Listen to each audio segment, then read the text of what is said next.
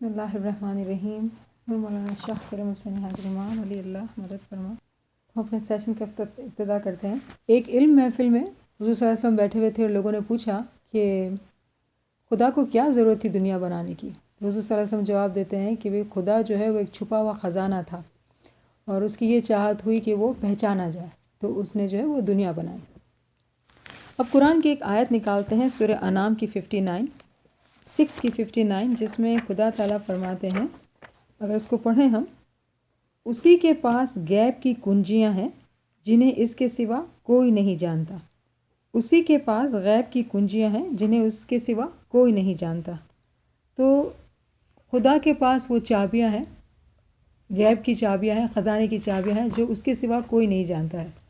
تو اگر ہم حضور صلی اللہ علیہ وسلم کی اس حدیث کو دیکھتے ہیں کہ خدا جو ہے وہ چھپا ہوا خزانہ ہے، تو وہ اس خزانے کی چابیاں جو ہے وہ خدا ہی کے پاس ہیں اور اس کی جو ہے معلومات خدا ہی کے پاس ہے اور وہی جانتا ہے.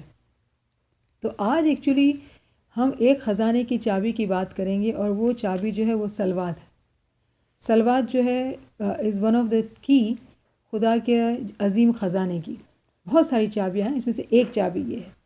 تو ایک اور سورہ ہے 33 کی 56 ایک آیت ہے، وہ نکالتے ہیں 33 کی 56. اس کے پہلے حصے میں یہ لکھا ہوا ہے کہ آیت یہ ہے کہ اللہ اور اس کے ملائکہ نبی پر درود بھیجتے ہیں. تو خدا جو ہے یہ فرما رہا ہے قرآن میں کہ خدا خود اور اس کے تمام فرشتے جو ہے وہ نبی پر درود بھیجتے ہیں. تو سوال یہ پیدا ہوتا ہے کہ کیوں بھیجتے ہیں؟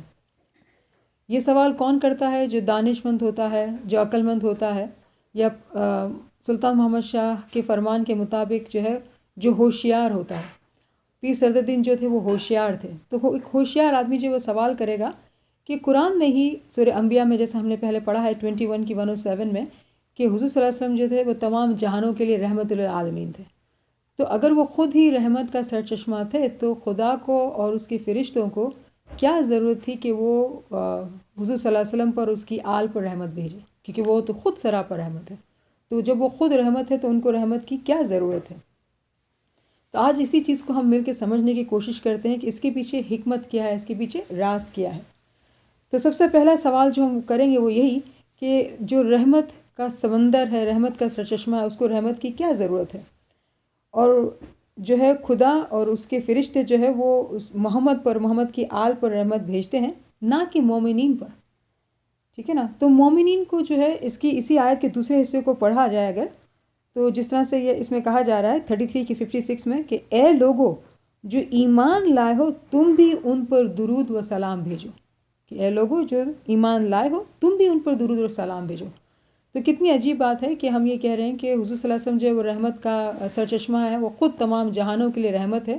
خدا اور اس کے فرشتے بھی ان پر رحمت بھیجتے ہیں اور ہمیں بھی یہ حکم دیا جا رہا ہے کہ تم ان پر رحمت بھیجو.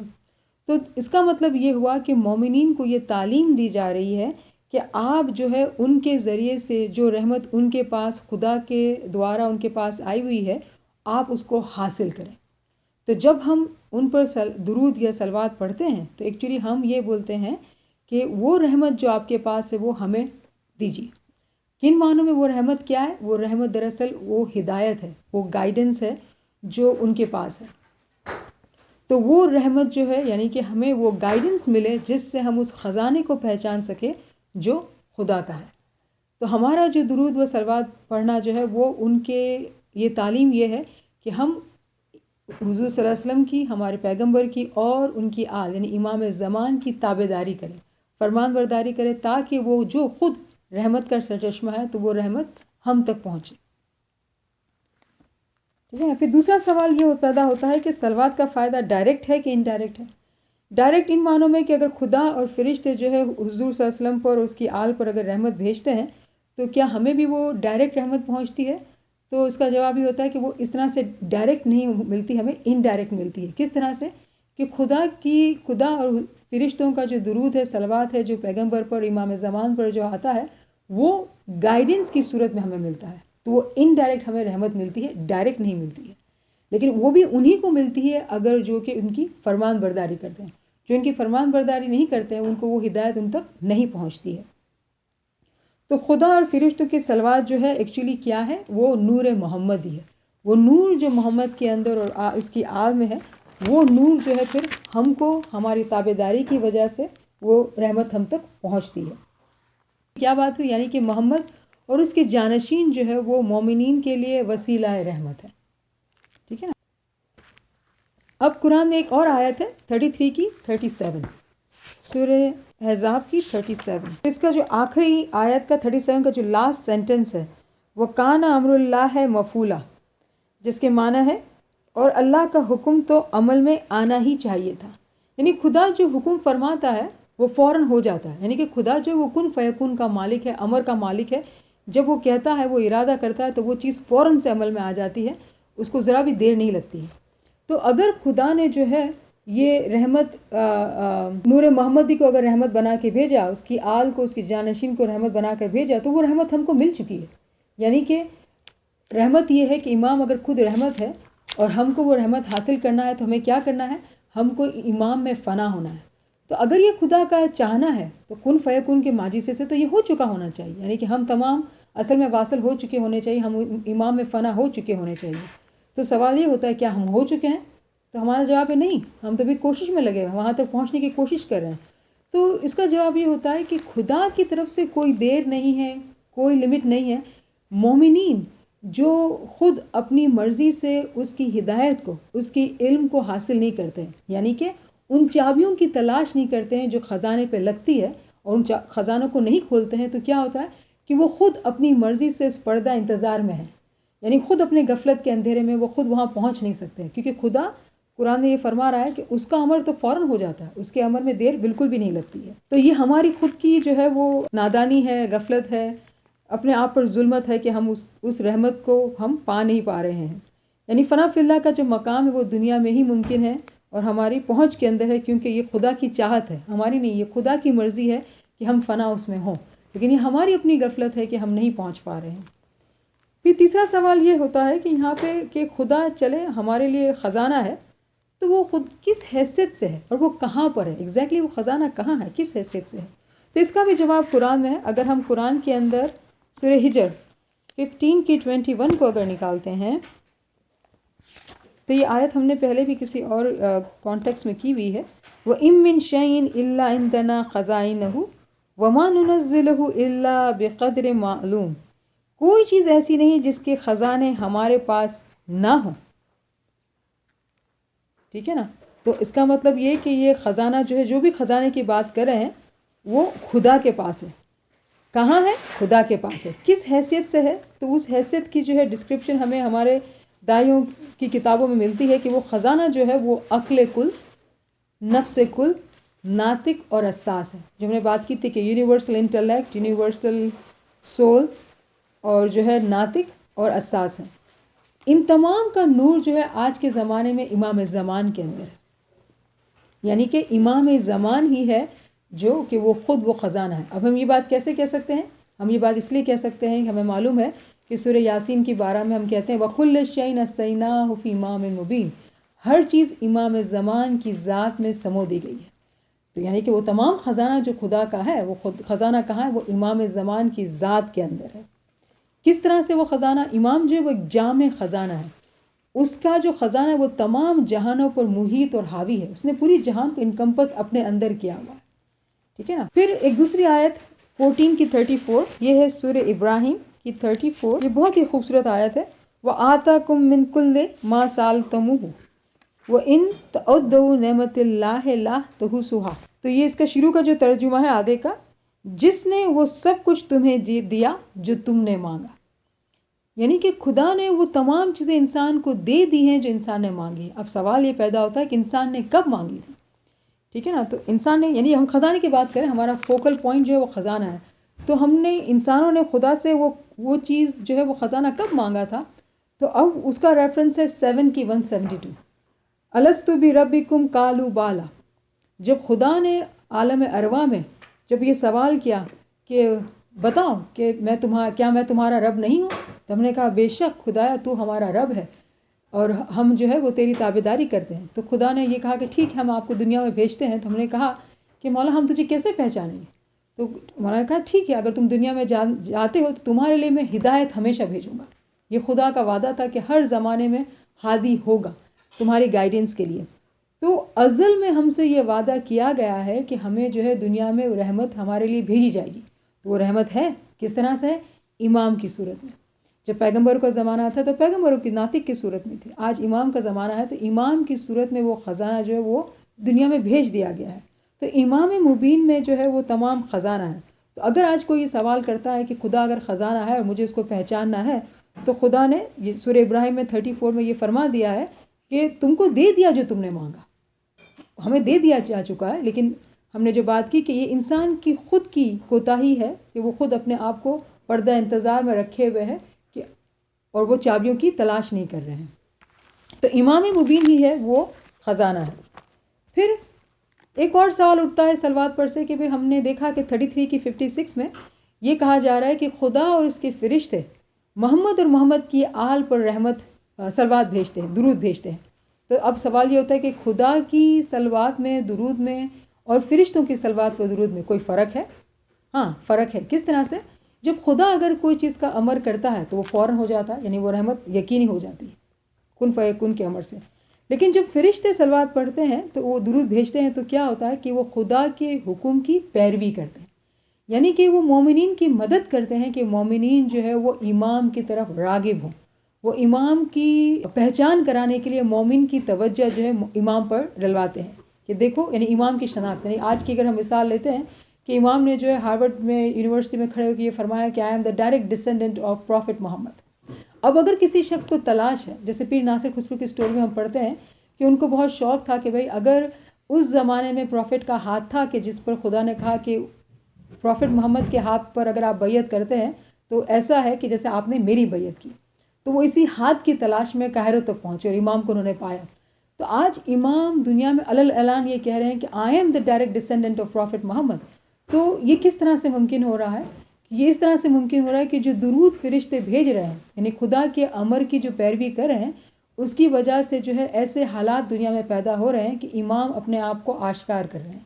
اب جس کو امام کی تلاش ہے، صحیح معنوں میں جو پیاسا ہے اس کی ہدایت کا، وہ امام کو پا لے گا. آج امام جو وہ چھپے ہوئے نہیں ہیں، امام ظاہر ہیں. تو جس کو جو چاہے گا وہ اس کو پا لے گا. تو یہ انسان کے لیے جو ہے خدا کی طرف سے رحمت ہے کہ خدا کے فرشتے جو ہے وہ درود بھیجتے ہیں، یعنی کہ امام کی طرف مومنین کی توجہ راغب کرتے ہیں تاکہ وہ خدا کے خزانے کی معرفت کو پہنچ سکے. امام سلطان محمد شاہ نے جام نگر 1900 میں یہ فرمان فرمایا کہ چاوی تمہارا ہاتھ میں چھے ہوے کھولو. چاوی تمہارا ہاتھ میں چھے ہوے کھولو، اگر نہ کھولو تو تمہاری مرضی. ہمیں تو محنت کری تموں نے دیکھاڑی ہیں چھے. امام نے یہ فرمایا کہ مولا بولتے ہیں ہم محنت کر کے تمہیں بتاتے ہیں، تمہارے اپنے ہاتھ میں کہ تم چابی کو کھولو یا نہ کھولو. پھر اسی فرمان میں امام آگے جا کے فرماتے ہیں کہ جواہرات چھے પણ તે તિજોરીમાં છે, તેને તાળું છે તે તમે નથી જાણતા, બીજા પણ નથી જાણતા. تو امام یہ فرما رہے ہیں کہ واقعی میں وہ خزانہ ہے لیکن وہ تجوری میں لاک ہے، اور جو ہے وہ آپ بینگ اسماعیلی آپ نہیں جانتے ہیں. افسوس کی بات ہے کہ آپ اسماعیلی نہیں جانتے ہیں لیکن دوسرے بھی نہیں جانتے ہیں. لیکن امام کو شاید زیادہ افسوس ہوتا ہے کہ امام ہمارے پاس ظاہر میں حاضر و موجود ہے اور ہم بینگ اسماعیلی اس کی معرفت کو نہیں سمجھتے ہیں کہ امام جو خود ہمارے سامنے جو ہے خزانے کے صورت میں موجود ہے، لیکن ہم ان چابیوں کی تلاش نہیں کرتے ہیں، ان روحانی راستے کی تلاش نہیں کرتے ہیں. اس حقیقی علم کی تلاش اگر ہم کر لیں تو ہم اس خزانے تک بالکل پہنچ جائیں. یعنی کہ کیا مطلب ہوا اس بات کا کہ فرشتوں نے خدا کے حکم پر عمل کر لیا ہے، وہ خزانہ دنیا میں آ چکا ہے اور وہ ہمارے سامنے حاضر و موجود ہے. پھر ایک اور سوال اٹھتا ہے کہ ٹھیک ہے چلے، اگر یہ خزانہ موجود ہے اور خدا کا جو وعدہ ہے وہ وعدہ مفعول ہے، یعنی کہ ہو چکا ہے، تو وہ ہم تک کیوں نہیں پہنچ رہا ہے؟ اب کیا اس کی شرائط کیا ہے، اس کی کنڈیشنز کیا ہیں کہ ہم کو جو ہے وہ خزانہ مل جائے؟ تو اس کی ایک سب سے بڑی جو پہلی کنڈیشن ہے وہ ڈیفینیٹلی فرمان برداری. فرمان برداری میں بہت ساری چیزیں آتی ہیں جس کی ہمیں معلومات ہیں، لیکن جو سب سے بڑی بات جس میں ہم شاید پیچھے رہ جاتے ہیں وہ یہ ہے اعمال کی پاکیزگی. تو ہم نے اعمال کے بارے میں بہت ڈیٹیل میں بات کی ہے، جو بیسک مورالز اور ایتھکس کی بات ہے، جھوٹ نہ بولنا، پرایا مال نہ کھانا، کسی کی غیبت گلا نہیں کرنا.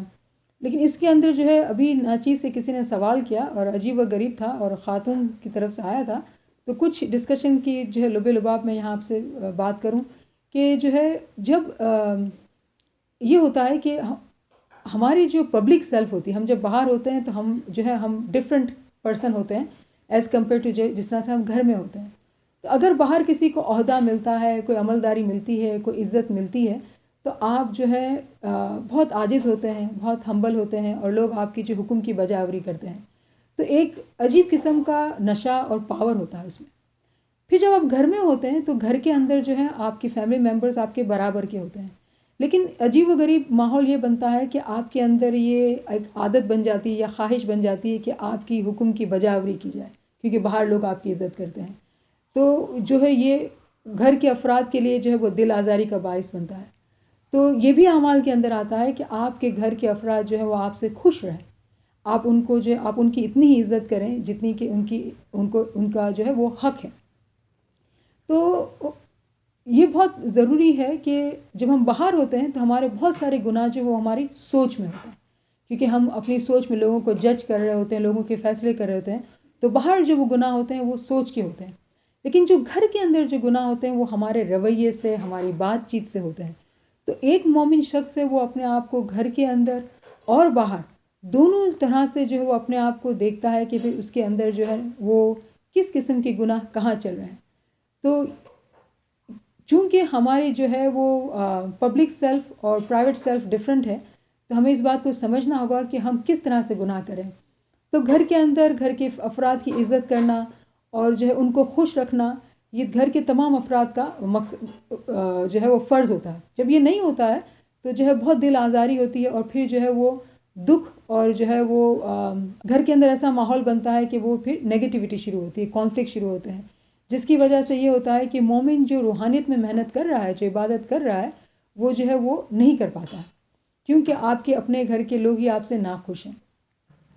تو یہ اعمال کی جو تعلیم ہے وہ اتنی ڈیٹیل میں ہے کہ سلطان بادشاہ نے فرمایا کہ آپ ہر رات کو اپنی جو ہے نفس کو چیک کریں.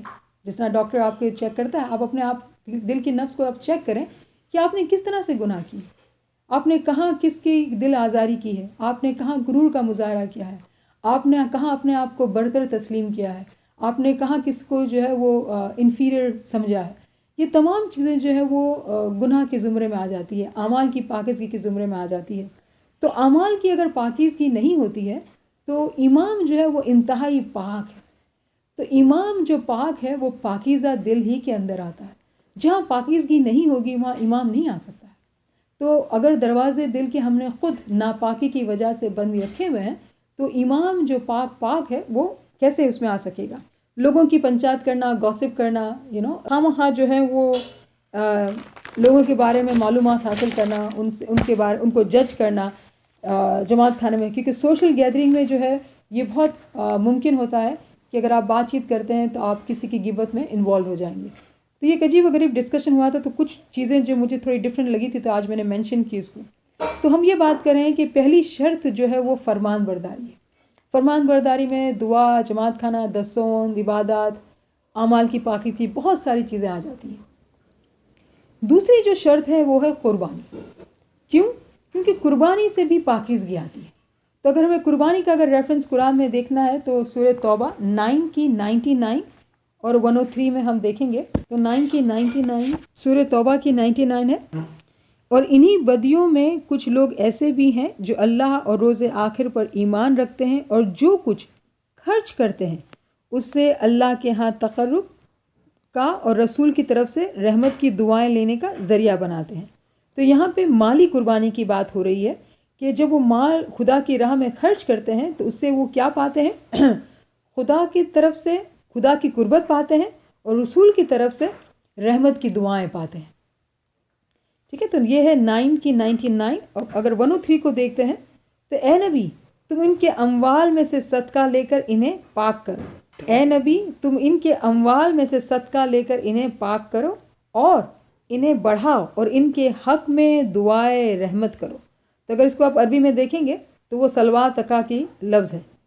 تو کتنی عجیب بات ہے کہ یہاں پہ یہ حکم دیا جا رہا ہے کہ آپ قربانی کریں، کیونکہ قربانی کے ذریعے سے کیا ہوگا کہ آپ کے حق میں خدا تعالیٰ جو ہے حضور صلی اللہ علیہ وسلم کے ذریعے سے، امام زمان کے ذریعے سے آپ کی طرف دعائے رحمت آئے گی.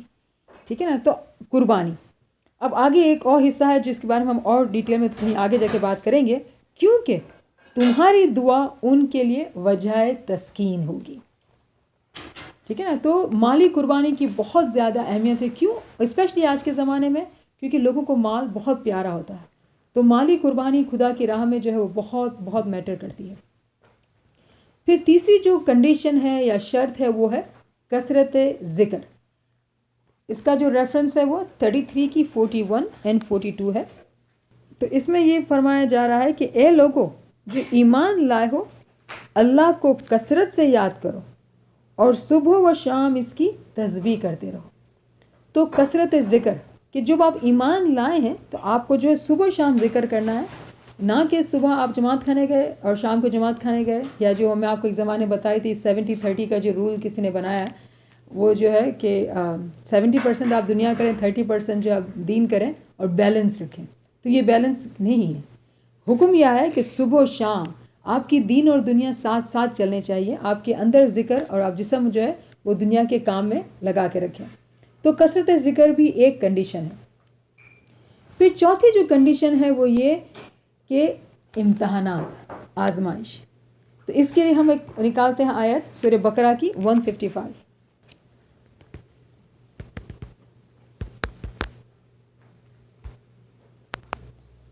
تو سورہ بقرہ کی 155 میں خدا تعالیٰ فرماتے ہیں، اور ہم ضرور تمہیں خوف و خطر، فاقہ کشی، جان و مال کے نقصانات اور آمدنیوں کے گھاٹے میں مبتلا کر کے تمہاری آزمائش کریں گے. تو ایک مومن صالح جو ہے وہ اگر فرمان برداری کرتا ہے، کثرت ذکر کرتا ہے، مالی قربانی پیش کرتا ہے، اپنے اعمال کی پاکیزگی رکھتا ہے، وہ کافی نہیں ہے.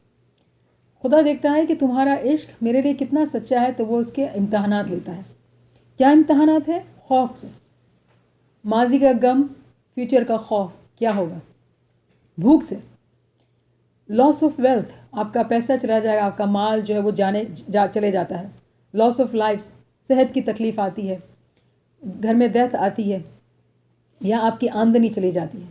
تو اس کی بہت خوبصورت اگزامپل جو قرآن سے ملتی ہے وہ حضرت ایوب علیہ السلام کی ہے، کہ حضرت ایوب علیہ السلام پر جو ہے وہ کیسی تکالیف آئی کہ ان کے جسمانی ان کے جو ہے بیماری ان کے اوپر آئی، اور ایسی تکلیف آئی ان کے اوپر کہ ان کے بچے جو ہے وہ تمام بچوں کا انتقال ہو گیا. کہتے ہیں کہ ان کے جسم پہ کیڑے پڑ گئے تھے، اور پھر بھی وہ عبادت کرتے تھے. تو ان کی بیوی کے جو بال ہوتے تھے وہ اتنے لمبے ہوتے تھے کہ وہ بالوں کو پکڑ کے وہ کھڑے ہوتے تھے اور عبادت کرتے تھے. پھر یہاں تک کہ وہ بیوی بھی مر جاتی ہے اور وہ اکیلے رہ جاتے ہیں، اور پھر بھی وہ خدا کا نام نہیں چھوڑتے ہیں. یعنی کتنی تکالیف، کتنا امتحانات ایک پیغمبر پر. کیوں؟ وجہ کیا ہے کہ کیا آپ اپنے ایمان کی راہ پر مستقیم رہتے ہیں کہ نہیں رہتے ہیں. ٹھیک ہے نا. اور اگر ہم گنانوں کے ذریعے سے اگر سمجھنا چاہیں مثال کو، تو راجہ ہریش چندر کی مثال ہے کہ جو اسماعیلی مذہب سے اتنا متاثر ہوا، اس نے اسماعیلی مذہب کو قبول کیا، تو اس کی تمام دولت، جائیداد، راجہ پرجا سب ختم ہو گئے. وہ غلام ہو گیا، غلامی میں بک گیا، اس کا بیٹا بک گیا، بیوی بک گئی، بچہ مر جاتا ہے، پھر بیوی مر جاتی ہے، اور وہ خود جو ہے وہ غلامی میں رہتا ہے. تو کہنے کا مقصد یہ کہ یہ مثال ہے ہمارے لیے سیکھنے کے لیے، سمجھنے کے لیے، کہ جو یہ راستہ ہے، یہ راستہ جو ہے وہ مشکل راستہ ان دا سینس کہ اس میں خدا تعالیٰ جو ہے وہ امتحان لیتا ہے کہ آپ جو بات کر رہے ہیں، آپ جو دعویٰ کر رہے ہیں کہ آپ امام کے عشق میں جو ہے وہ پورے ہیں اور آپ اس راستے پہ چلنا چاہتے ہیں، آپ روحانی ترقی کو پانا چاہتے ہیں، اس خزانے کی چابیاں ڈھونڈنا چاہتے ہیں، تو خدا جو ہے یہ چابی انہی کو دیتا ہے جو صحیح معنوں میں حقدار ہے. جو اپنا حق اپنی قربانیوں سے ثابت نہیں کرتے ہیں تو ان کو یہ چابیاں نہیں ملتی ہیں. تو مومنین ایسے حالات میں صبر کرتے ہیں. سلطان محمد شاہ کا فرمان نیروبی کا 1905 کا، مولا فرماتے ہیں، جیم کو ایک تری جاڑنار ندیما ترتو جائے چھے અને નદીના મોજા તેને ઘસડીને બીજે તરફ લઈ જાય છે. તેને જે બાજુએ જવાનું છે તેનાથી ઉલટી દિશામાં પાણીના મોજા તેને લઈ જતા હોય તો તે થોડે છેટે સુધી પાણીથી ઘસડાઈ જશે. પણ જો તારું હોશિયાર હોય છે તે આખરે પાર ઉતરી જાય છે. تو یہاں پہ اس فرمان کے معنی لوگ جو ہے وہ شیطان کی بازی کے لیتے ہیں. شیطان کی بازی بھی یہاں صحیح میننگ ہو سکتی ہے لوور لیول پر. ہائر لیول پر اس کی انڈرسٹینڈنگ یہ ہے کہ جب آپ پر امتحانات کی بارش آتی ہے، ایسے موجیں آپ کی لائف میں آتے ہیں جو آپ کو آپ کے راستے سے ہٹا کے ایسے راستے پہ لے جاتے ہیں جہاں آپ پکار اٹھتے ہیں کہ خدایا بس کتنی تکلیف، کتنی مشکل. لیکن چونکہ وہ مومن اگر ہوشیار ہوتا ہے، یعنی کہ وہ علم لیا ہوا ہوتا ہے، تو وہ شکایت نہیں کرتا ہے، وہ صبر کرتا ہے، وہ شکر کرتا ہے. جب وہ شکر کرتا ہے تو خدا اس سے راضی ہوتا ہے، اور پھر بھلے وہ راستے سے بھٹک گیا ہوتا ہے، وہ اپنی تکالیف میں، اپنی عبادات میں شاید وہ کچھ کم ہو جاتا ہے کیونکہ وہ اتنی پریشانی میں مبتلا ہو جاتا ہے، امام اس کو اپنی رحمت و شفقت کے ذریعے سے اس کو صحیح راستے پہ لے آتے ہیں. تو صبر جو ہے دوسرا جو ہے وہ بہت بڑا امپورٹنٹ لیسن ہے جو مومنین لرن کرتے ہیں. تو اسی اگر ہم آیت کو پورا پڑھتے ہیں اب 2 کی 156 کو 155 کو، اور ہم ضرور تمہیں خوف و خطر، فاقہ کشی، جان و مال کے نقصانات اور آمدنیوں کے گھاٹے میں مبتلا کر کے تمہاری آزمائش کریں گے، ان حالات میں جو لوگ صبر کریں. اب نیکسٹ آیت کو پڑھتے ہیں 2 کی 156. اور جب کوئی مصیبت پڑے تو کہیں کہ ہم اللہ ہی کے ہیں اور اللہ ہی کی طرف ہمیں پلٹ کر جانا ہے، انہیں خوشخبری دے دو. تو جو لوگ یہ کہیں گے کہ بھائی ہم خدا کی طرف سے ہیں، ہم کو خدا کی طرف ہی جانا ہے، جان مال دنیا جو کچھ بھی ہے وہ تو ٹیمپرری ہے، ہم کو خدا ہی کی طرف جانا ہے، تو انہیں کیا ہے؟ انہیں خوشخبری دے دو. کیا خوشخبری ہے؟ تو 2 کی 157 ہے، ان پر ان کے رب کی طرف سے بڑی عنایات ہوں گی، اس کی رحمت ان پر سایہ کرے گی، اور ایسے ہی لوگ راست روح ہیں. دوبارہ پڑھتی ہوں، ان پر، یعنی خوشخبری کی بات جو کی ہم نے 156 میں، پھر خدا تعالیٰ فرماتے ہیں کہ ان پر ان کے رب کی طرف سے بڑی عنایات ہوں گی، اس کی رحمت ان پر سایہ کرے گی، اور ایسے ہی لوگ راست روح ہیں. یعنی کہ جو لوگ اسے امتحانات میں جو ہے صبر کرتے ہیں تو خدا جو ہے وہ ان پر اپنی رحمت بھیجتا ہے، یعنی کہ خزانوں کی چابیاں بھیجتا ہے، وہ حکمت کا علم بھیجتا ہے، وہ ہدایت بھیجتا ہے جس سے ہم فنا فی اللہ کے مقام کے راستے پہ چل کے اس مقام تک پہنچ سکے. اب سوال نمبر 6 جو ہم نے پہلے آیت کی تھی 9 کی 103 میں، کہ خدا نے حضور صلی اللہ علیہ وسلم کو فرمایا کہ بھئی تم ان کے مال سے صدقہ لے لو اور پھر ان کے لیے رحمت کرو، رحمت کی دعا کرو. کیوں دعا کرو؟ وصلی علیہم ان صلواتک سکون لہم، یعنی کہ تمہاری جو دعا ہے وہ ان کے لیے وجہ تسکین ہے، ان کے لیے سکون کا باعث ہے. تو اب یہ سوال اٹھتا ہے کہ سکون سے کیا معنی ہے، کس قسم کے سکون کی بات ہو رہی ہے؟ ایک آدمی، اگر ہم حضرت ایوب علیہ السلام کی بات کرتے ہیں یا راجہ ہریش چندر کی مثال کی بات کرتے ہیں کہ ان پہ کیا تکلیف نہیں آئی، تو کیسا تسکین، کس قسم کی تسکین ان کے لیے ہوگی کہ ان کو اتنے امتحانات کے باوجود بھی ان کے دل کے اندر جو ہے وہ ایک شانتی ہوگی، سکون ہوگا. ٹھیک ہے نا؟ تو سوال یہ ہے کہ وہ کس قسم کی تسکین کی بات ہو رہی ہے، اور یہ دعا جو ہے وہ کیا کوئی خاص دعا ہے یا عام دعا ہے؟ تو یقیناً یہ کوئی عام دعا نہیں، یہ خاص دعا ہے. جو تسکین کی بات ہو رہی ہے وہ ایکچولی خواص کے لیے ہے. یعنی کہ ہم نے یہ بات کی تھی کہ ایک عوام ہے اور ایک خواص ہے. تو یہ دعا جو ہے وہ عوام کے لیے نہیں ہے، خواص کے لیے. خواص مانے وہ مومنین جو فرمان برداری کے راستے سے، قربانی کے راستے سے، کثرت ذکر کے راستے سے ہوتے ہوئے، امتحانات کے راستے سے ہوتے ہوئے اپنے آپ کو خواص کی کیٹیگری میں جب شامل کرتے ہیں تو وہ تسکین، وہ سکون کی دعا جو حضور صلی اللہ علیہ وسلم یا امام زمان جو کرتے ہیں، وہ دعا جو انہی مومنین کو ملتی ہے. تو اگر ہمیں جو ہے وہ سکون کے ریفرنسز چاہیے تو کچھ ریفرنسز ہیں، اگر آپ لکھ لیں اس کو، یہ بہت خوبصورت ریفرنسز ہے، بہت پڑھنے سے اس کو بہت سکون ملتا ہے کہ خدا نے جو ہے اپنی رحمت جو ہے کے دروازے ہم پر کھلے رکھے ہیں.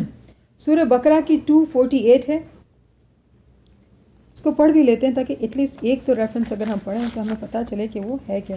ان کے نبی نے ان کو یہی بتایا کہ خدا کی طرف سے اس کے بادشاہ مقرر ہونے کی یہ علامت ہے کہ اس کے عہد میں وہ صندوق تمہیں واپس مل جائے گا جس میں تمہارے رب کی طرف سے تمہارے لیے سکون قلب کا سامان ہے، جس میں آل موسیٰ اور آل ہارون کے چھوڑے ہوئے تبرکات ہیں، اور جس کو اس وقت فرشتے سنبھالے ہوئے ہیں. اگر تم مومن ہو تو تمہارے لیے یہ بہت بڑی نشانی ہے. تو اگر اس میں ہم عربی کے الفاظ کو دیکھیں تو تابوت سکینہ کی بات ہو رہی ہے، وہ تابوت، وہ صندوق جس کے اندر سکون ہے. تو اگر اس آیت کی ہسٹری کی اگر ہم بات کریں تو یہاں پہ طالوت کے بادشاہ مقرر ہونے کی بات ہو رہی ہے. آپ کو معلوم ہے کہ جب شموئیل پیغمبر تھے، وہ کہتے ہیں کہ طالوت کو بادشاہ مقرر کرنا ہوگا، تو وہ طالوت امام زادے نہیں تھے، امام زادے نہیں تھے، وہ غریب آدمی تھے. تو لوگوں نے ایک سوال کیا کہ بھئی یہ کیسے بن سکتا ہے، یہ کیسے امام بن سکتا ہے؟ تو انہوں نے بتایا کہ نہیں، یہ امام اس لیے بن سکتا ہے کہ اس کے پاس جو ہے وہ صندوق ہے جس میں آپ کے لیے سکون ہے. یعنی کہ جو امام کے خزانے کا جو جوہر ہے، جو ہدایت ہے، وہ اس کے اندر تھی، کیونکہ امام کی رحمت اس پر آئی تھی، اسی لیے اس کو امام مقرر کیا جا رہا تھا. کہ لوگ اس کے سٹیٹس کو دیکھ کے سوال کر رہے تھے کہ بھئی یہ کس طرح سے بادشاہ بن سکتا ہے. تو یہ بتایا جا رہا تھا کہ بھئی ان کے پاس جو ہے تمہارے سکون قلب کا سامان ہے، یعنی انہی کے پاس تمہارے لیے وہ ہدایت ہے یا ان خزانوں کی چابی ہے.